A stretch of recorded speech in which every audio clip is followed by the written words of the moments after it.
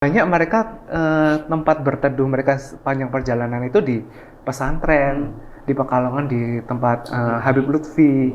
Itu sambutannya luar biasa sekali, yang itu tidak dirasakan ketika mereka masuk ke Malaysia maupun ke Singapura. Puasa di Indonesia itu bukan puasa milik orang Muslim sendiri, tetapi milik satu bangsa dan negara. Iya. Makanya MDHW TV namanya dakwah dan kebangsaan. Ini kita udah di endorse ini, Bos. Coba bayangin, kalau hanya dakwah saja, sasarannya hanya umat Muslim, Iya. Bante nggak boleh datang ke sini.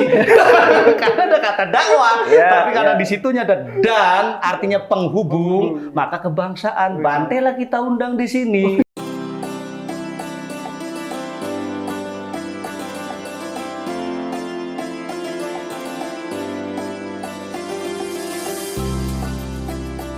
Halo semuanya, kembali lagi di MDHW TV. Kali ini adalah program podcast pertama. Nah, biasanya kan isi ngaji-ngaji kitab aja nih kan. Biasanya isi ngaji-ngaji kitab, ceramah-ceramah dari poro-poro kiai kan. Hari ini kita kedatangan tokoh-tokoh ada dari lintas agama. Karena memang ya kita harus menguatkan moderasi beragama nih. Kang Ali dan Mas Demi. Jadi kita panggil siapa? Kang Ali Romo. Romo Ali Hasyim dari Cirebon. Mas Demi memilih jadi Dante apakah Bante? Bukan ya? Bukan Bante. Iya, jadi ini program pertama di podcast MDHW TV. Biasanya kita ya tadi seringnya cuman ngaji-ngaji dan sebagainya. Kita pengen ngulik banyak hal berkaitan dengan puasa. Tadi ada sebelum taping Romo Ali. Jadi kita tuh katanya Bante itu seumur hidupnya wajib puasa. Ya. Iya. Ini kita pengen ngomongin soal puasa nih. Oke, siap. Kalau di Islam kan dari apa namanya subuh lah katakannya sampai maghrib. Tadi ada yang menarik, kalau Bante itu duhur boleh buka. Kalau kita di Muslim biasanya kan anak-anak kecil itu kan sampai jam 12 siang. Jadi kita pengen ngomong di sisi ini dulu nih. Kenapa nggak minat jadi Bante, Mas? Tahu nggak lo kenapa? Kenapa tuh? Kenapa? Lu udah pernah ini nggak? Punya anak nggak? Udah. Itu bedanya. Itu tantangannya, Mas. Jadi salah satu kenikmatan itu adalah satu makan daging, Iya. yang kedua merasakan daging. Sorry dicanda-canda. Lanjut. Ya, pertama-tama mungkin saya menjelaskan sedikit kalau di dalam agama Buddha itu ada dua jenis umat. Iya. Bante pun termasuk umat. Jadi ada umat yang meninggalkan keduniawian seperti para Bante. Kalau yang wanita disebut bikuni atau ada yang menyebut atasilani. Dan para umat perumah tangga. Ya, mereka memiliki aturan yang jelas berbeda. Kalau para Bante ini tadi seperti saya sebutkan, ada 227 peraturan yang harus mereka patuhi. Salah satunya terkait dengan makan. Di kitab itu dikatakan wikala bojana. Wi itu tidak kala itu waktu ya. Kala seperti bahasa kala tidak makan di waktu yang tidak tepat. Di dalam penjelasan mereka diperbolehkan makan hanya ketika matahari mulai muncul dan harus berhenti ketika tengah hari. Karena di zaman guru Buddha saat itu kan belum ada jam. Jadi mereka hanya boleh mengkonsumsi makanan padat itu pada saat matahari mulai terlihat sampai tengah hari. Sisanya di tengah hari sampai besok berbuka itu mereka puasa. Oh, Dan jadi puasanya malam ya? Iya, betul. Iya, dari siang sampai malam. Tapi puasanya masih boleh minum air putih. Air putih boleh, teh boleh, minuman masih boleh. Kalau di Islam sendiri kan kenapa harus ada puasa, Pak? Gak enak banget kan puasa itu kan? Iya kan? Kita biasa siang-siang rokok kan? Kalau Islam itu dulu pertama kali diturunkan puasa itu udah ketar-ketir nih sahabat-sahabat. Wah, kalau puasa ini makan, minum, segala sesuatu yang memang haknya kita itu tidak boleh. Boleh. Gimana kalau nanti menggaulin istri itu? Bahaya, ini berat. Bayangin lo bro, dari mulai terbitnya matahari sampai kemudian tenggelamnya matahari, malam puasa lagi, itu kapan? Iya. Protes lah kita, bos. Nikmat Tuhan ada yang dicabut gitu. Iya. 30 hari. Nggak ibadah dengan istri kan nggak enak juga gitu kan. Nah, pada akhirnya kamu berpuasa dari mulai terbitnya matahari sampai tenggelamnya matahari. Kalau saya mengartikan puasa itu adalah menahan segala sesuatu yang memang itu haknya kita. Haknya saya adalah minum kopi. Maka saya minum kopi. Tapi kalau dari terbitnya matahari pada saat bulan puasa, kopi ini bukan hak kita. Iya. Termasuk istri saya. Istri saya haknya pada puasa bukan dari terbitnya matahari, tapi dimulai dari tenggelamnya. Itu udah jadi hak gitu ya. Udah kita. Gitu. Iya. Tapi ingat, kalau masih belum menikah, maka itu bukan hakmu. Maka jangan diambil. Betul. Gitu Bang. Jadi kalau puasa itu adalah menahan segala sesuatu yang memang itu seharusnya hak kita. Dari mulai terbitnya matahari sampai tenggelamnya matahari, gitu kan.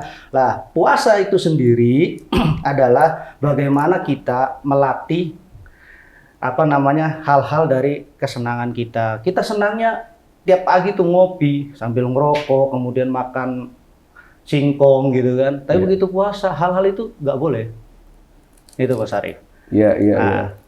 Nah, adapun kemudian malam hari bebas, mau ngapain juga bebas. Itu malam hari. Nah, tentu ini kan dua perspektif yang berbeda hal itu kan. Tapi ini adalah sebuah keyakinan. Kalau keyakinan saya seperti itu, ya lakukanlah itu. Nah, yang menarik itu sebetulnya Bante. Sekarang ini. Nah, kalau saya masih Bante aja udahlah, banyak enak. Kita ini kan penerus tokoh agama masing-masing gitu kan. Lah, panutan gitu kan.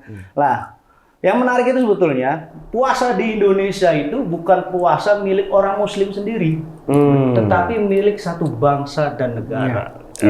Makanya MDHW TV namanya dakwah dan kebangsaan. Ini kita udah di endorse ini bos. Coba bayangin, kalau hanya dakwah saja, sasarannya hanya umat Muslim, Bante nggak boleh datang ke sini.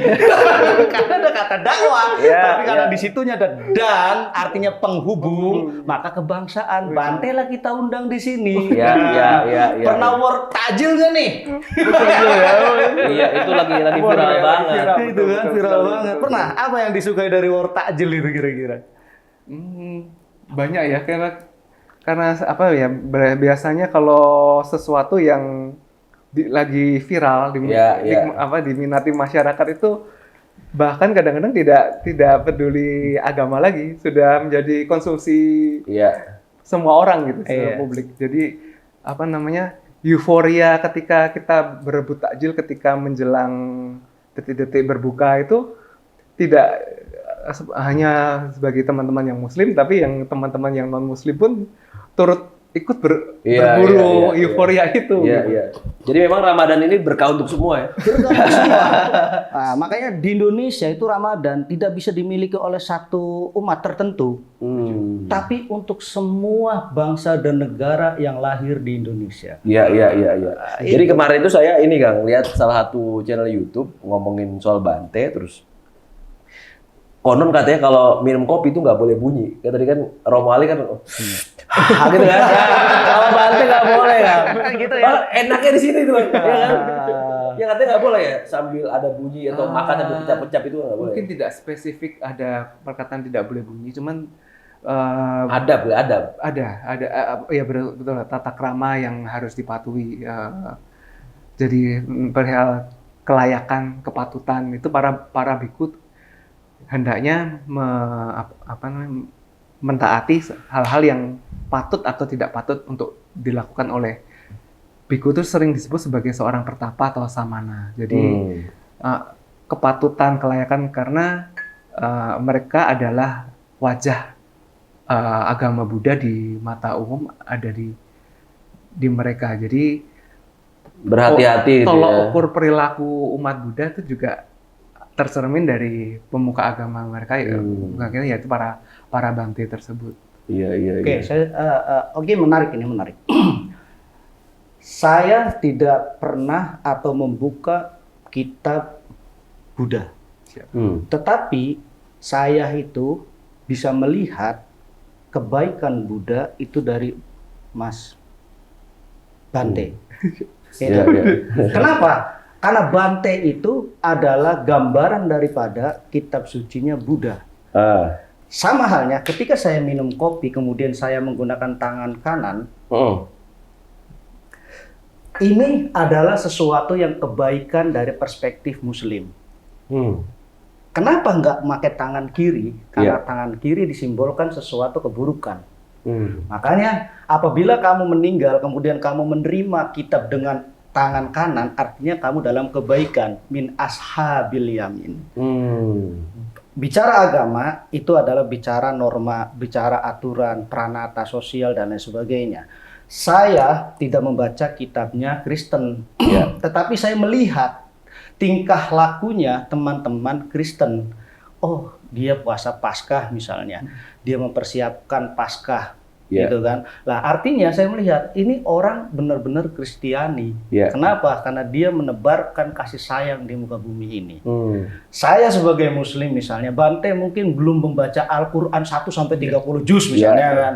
Tapi Bante melihat saya, kok saya mencuri misalnya. Gitu Cerminan akhirnya. Cerminan. Kok saya puasa kok nutup warung, kamu warung tutup. Kamu itu loh gak pakai kerudung gitu loh. Kenapa? Hormatinlah orang-orang puasa, tutup warungnya. Kamu itu gak pakai kerudung, kamu pakaiannya seperti itu. Sehingga dia mengatakan Islam kayak gitu ya, serem, galak. Gak bisa. Iya. Tapi dalam menarik nih, Islam serem ya. Karena kan tadi kacamata ya. Gimana? Bener nggak kacamata Bante sendiri? Kalau kita melihat hanya dari kulit luar, mungkin bisa beranggapan demikian. Cuman kalau kita melihat lebih dalam lagi, apalagi di Indonesia ini ya, mungkin Mas-mas kalau sempat membaca berita yang di tahun lalu, saat menjelang Waisak itu ada rombongan para biku yang berjalan, biku Tudong dari Thailand menuju ke Indonesia.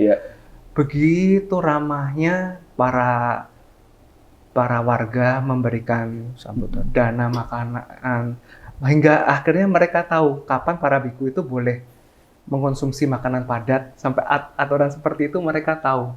Dan padahal Muslim ya? Muslim. Dan banyak mereka tempat berteduh mereka sepanjang perjalanan itu di pesantren, di Pekalongan, di tempat Habib Lutfi.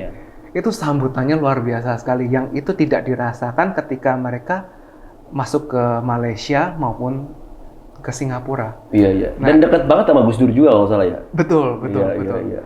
Nah itu yang kami sebagai umat Buddha yang minoritas itu ikut terharu, maksudnya.